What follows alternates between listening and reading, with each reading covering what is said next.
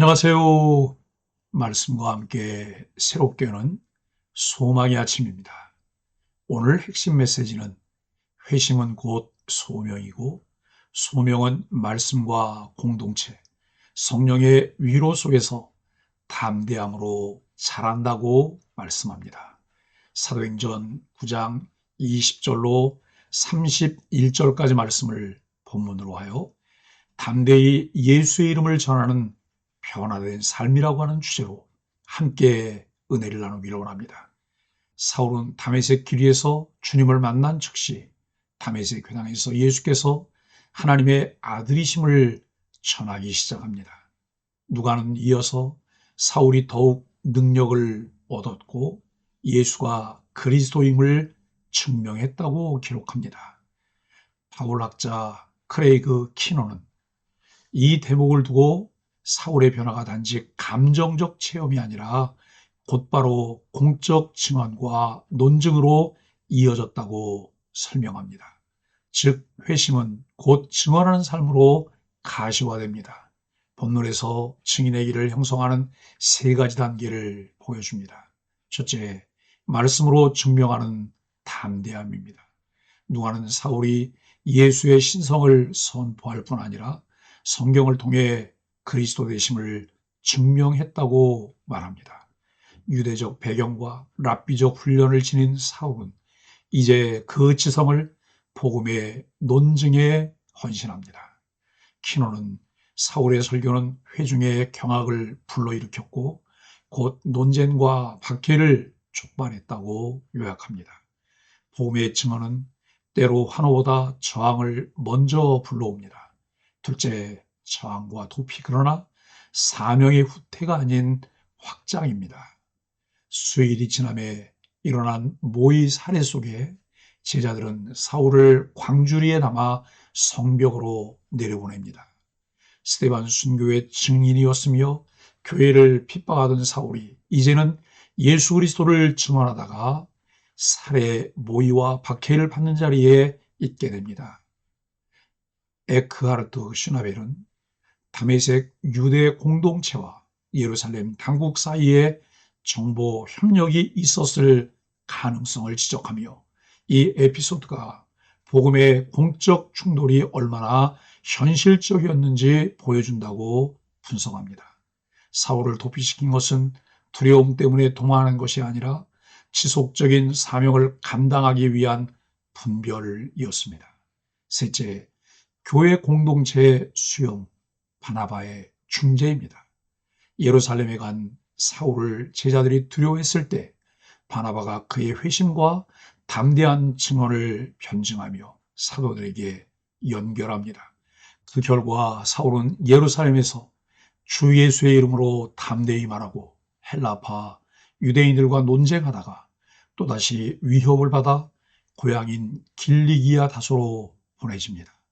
누가는 결론적으로 교회가 평안하여 서가고 성령의 위로로 수가 더 많아졌다고 요약합니다. 이 흐름은 1장 8절의 약속인 예루살렘 온 유대 사마리아 땅끝의 주권적 확장이 개인의 경로인 다메섹 예루살렘 다소 속에서도 진행됨을 보여줍니다. 사울의 변화를 수용하기 어려운 사람들과의 논쟁으로 어려움을 겪게 되었습니다. 사울을 죽이려는 사람이 점차 늘어났습니다. 사울은 그 상황에서도 움츠러들지 않고 더욱 적극적으로 그리스도를 변론하고 전했습니다. 이 갈등이 어느 한계에 도달하자 교회는 마침내 한 가지 중요한 결정을 내렸습니다. 사울을 그의 고향인 길리기아 다소라고 하는 지역으로 피신시키자는 것이었습니다.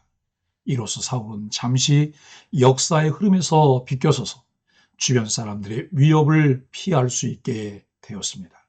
사울은 이 시간을 통해 자신이 믿게 된 예수 그리스도에 대해 깊이 묵상할 수 있게 됩니다. 교회는 사울의 회심으로 인해 일어난 극도의 갈등에서 잠시나마 숨을 쉴 수 있는 기회가 생겼고 이 기회로 교회는 더욱 활발하게 성장을 도모할 수 있게 되었습니다. 개혁주의 관점에서 본 증인의 형성입니다. 첫째는 회심은 곧 소명입니다. 바울은 새 사람이 된 즉시 증언을 시작합니다. 회심의 표지는 정체성 변화만이 아니라 사명의 방향 전환입니다. 고린도후서 5장 17절에 새 피조물이라고 하는 고백은 바울 자신의 체험으로 읽을 수 있습니다. 키너, 슈나벨 등 현대 주석가들도 사울의 이야기에서 회심과 소명의 결합을 강조하고 있습니다. 두 번째로 성령의 인도와 교회의 분별입니다. 사울의 담대함 뒤에는 공동체의 보호와 파송인 광주리, 예루살렘, 인도, 다소 귀향이 있습니다. 교회는 인재를 붙잡아두는 것이 아니라 하나님이 보내시는 대로 연결, 파송하는 곳입니다. 세 번째, 증언의 내용과 방식입니다. 내용은 예수가 하나님의 아들 그리스도이심이고 방식은 말씀으로 증명하는 편증과 삶으로 감당하는 인내입니다. 현대 강해 주석은 사울의 초기 사역을 성공적, 공적 편증의 원형으로 다루고 있습니다. 오늘의 적용으로서 담대함은 이렇게 자라고 있습니다. 말씀에 뿌리 내린 확신입니다. 회상인 간증만으로는 오래 유지할 수 없습니다. 사울처럼 성경으로 예수를 증명하는 훈련이 필요합니다. 말씀 묵상을 통한 성경으로 복음 설명하기 훈련이 우리에게도 필요합니다. 공동체 안에서의 보호, 파송 시스템입니다. 바나바의 중보, 제자들의 보호와 연결이 없었다면 사울의 사역은 초기에 꺼졌을 것입니다. 교회 안에서 멘토링, 동행, 위기관리 체계로 공동체 내 구성원들을 보호하며 파송해야 합니다. 분별된 담대함입니다. 어느 때는 머물러 말하고 어느 때는 피하고 이는 비겁함이 아니라 사명 보존의 지혜입니다. 슈나벨은 이 장면을 초대교회 현실적 박해 맥락에서 읽어야 한다고 권합니다. 사랑하는 소망의 가족 여러분, 사울의 담대함은 성격이 아니라 복음의 확신과 성령의 위로 그리고 교회의 비전에서 나왔습니다. 그래서 누가는 9장 31절을 이렇게 닫습니다. 교회가 평안하여 든든히 서가고 성령의 위로로 수가 더 많아지니라 라고 말씀합니다.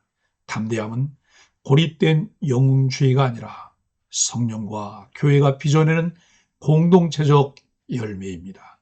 새로운 피조물로 새 것이 된 사울은 즉시 예수가 그리스도이심을 담대히 전합니다. 논쟁과 핍박이 있을 때 중지하는 사람 바나바가 있었습니다. 살해 위협이 있을 때 고향 길리기아 다소로 보내는 과정은 교회가 평안하고 성령의 위로로 복음을 더 확장하게 하는 기회가 되었습니다. 하나님 나라 확장을 위해 한 사람을 부르시고 그를 사용하시는 성령님의 역사에 순종하는 소망의 가족들이 되기를 예수 그리스도의 이름으로 간절히 축복합니다.